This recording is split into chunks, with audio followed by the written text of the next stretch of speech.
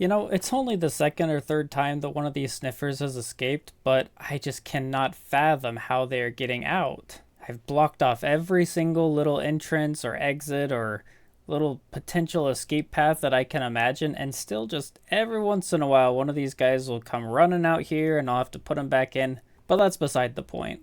I've got something a little bit different today, a little bit slower. As you all know, I have a tendency to start projects and then not really finish them. So I've got a lot of loose ends around, and I'm not going to get all of them done today, but I'm going to get at least a little bit of a start on it, particularly over here in our little farm village. Ever since I finished this little area, I've been just really happy with how it turned out. And for those of you who don't remember or didn't see the episode where I actually made all this, I designed this whole area and kind of the whole place in general to look kind of like traditional Jeju Island houses and fields and stuff like that. That's why I've got like the basalt and the tangerine trees, and the houses, they look kind of, similar. But it's been missing all of these little details for so long, and just putting these little pebbles in the road and fixing up the ground around the field, adding these little details just helps bring everything together so well. And these rooted dirt blocks are a huge part of it. However, farming them is such a pain. You have to place down all these azalea bushes and then bone meal them, and then when they grow into trees, you gotta cut down the trees, and the logs will often grow in awkward directions, but you gotta destroy them, and then all of that for just a tiny little piece of rooted dirt down there at the bottom.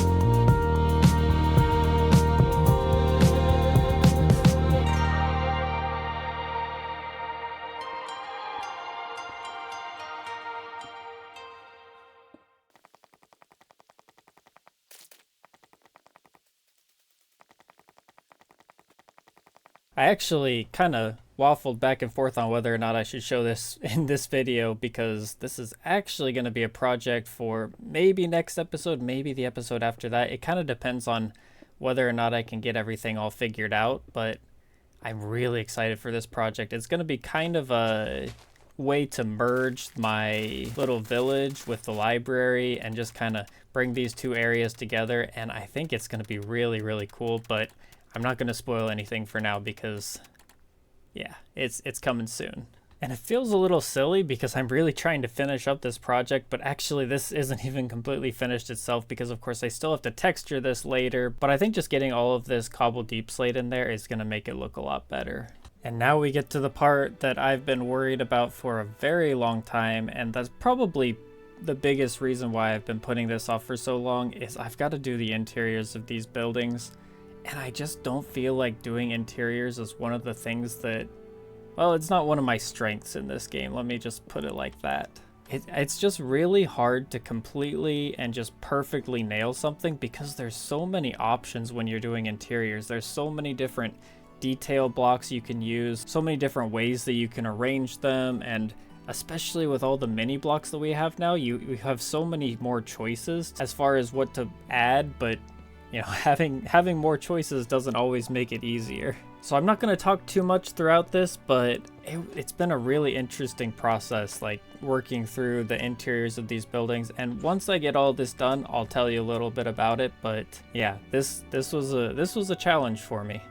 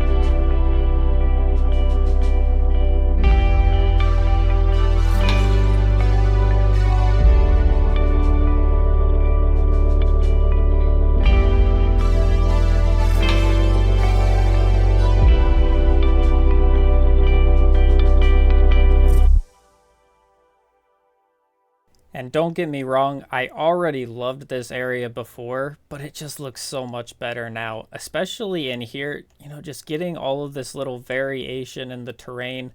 We've got the little tiny buttons, we've got the slightly bigger slabs, and then even the little depressions that we can make with the path blocks. I think it really helps to make this area look not quite so flat and plain as it used to before. And of course the walls are still really flat and plain, but I will definitely get to that eventually. I promise.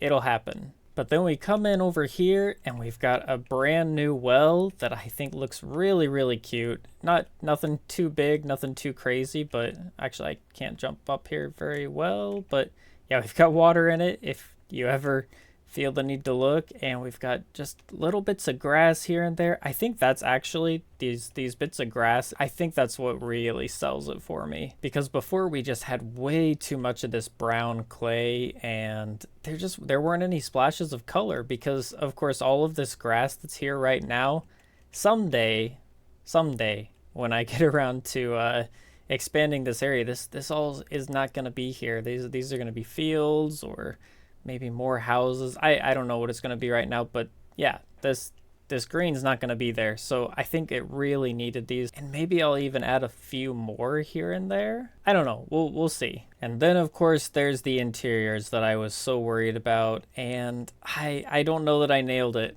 I'm not really sure that it's perfect, but you know, the attempt is there, and you know what? I have room to improve, but I still think it's a pretty solid attempt. I don't know if you could tell in the sort of time lapse that I had, but I got pretty indecisive about these kind of things, just, you know, where I wanted to place things. I don't have that much room to work with, especially in here. I've just got this too high ceiling, but I think this table works really well, and then I brought this down just a little bit so we could access like the furnaces, which, you know, if you're into lore, then, you know, the Ondor that's here, that's, you know, heating the floor of the house, it also works for the furnaces. So yeah, it's just kind of a cool thing we have there. And then over here we've got like a storage building. I don't know what they're storing in here. I guess they're storing emeralds and diamonds and gilded deep slate. I don't know. Don't ask me. And these, maybe I'll put some armor on those. We'll see. Don't have a clue what they're storing in here, but it looks pretty cool. And I didn't do too much of it, just these two over here, but I want to add some more flowers later, and I want to really focus on using the sniffer flowers, because I don't use these that often, but I've got plenty of them, and since we've got this kind of sniffer theme around here, I think it'd be kind of cool to get a few more of those types of flowers in there. I didn't want to do it out here because I think we need something a little more low-key, like dandelions. Maybe I'll do something else. I don't know, but we'll see. And honestly, at night, it's starting to get dark here, but even at night, it looks pretty cool because I added the lanterns here. We've got a lantern over there. Maybe I'll add like some torches along here. Not like, you know, your typical torches, but something a little more thematic, and I think we can make it look really cool. But I think it's about time I stop blathering because I've got to finish this episode up. But thank you so much for watching. Oh, you're gonna go crazy over the carrot. Probably make sure you don't fall off either. But anyway, thank you so much for watching. I really, really like what we got done in here. It's, you know, nothing too...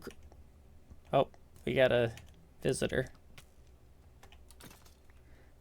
Not too much crazy progress in here, but it's just a bunch of loose ends that we sort of picked up and tied together, and well, while we were doing it, we made a few more loose ends, but that's just how it goes. In fact, I really wouldn't have it any other way, because I love having little things to do around here. But yeah, I will see you in the next episode. Bye.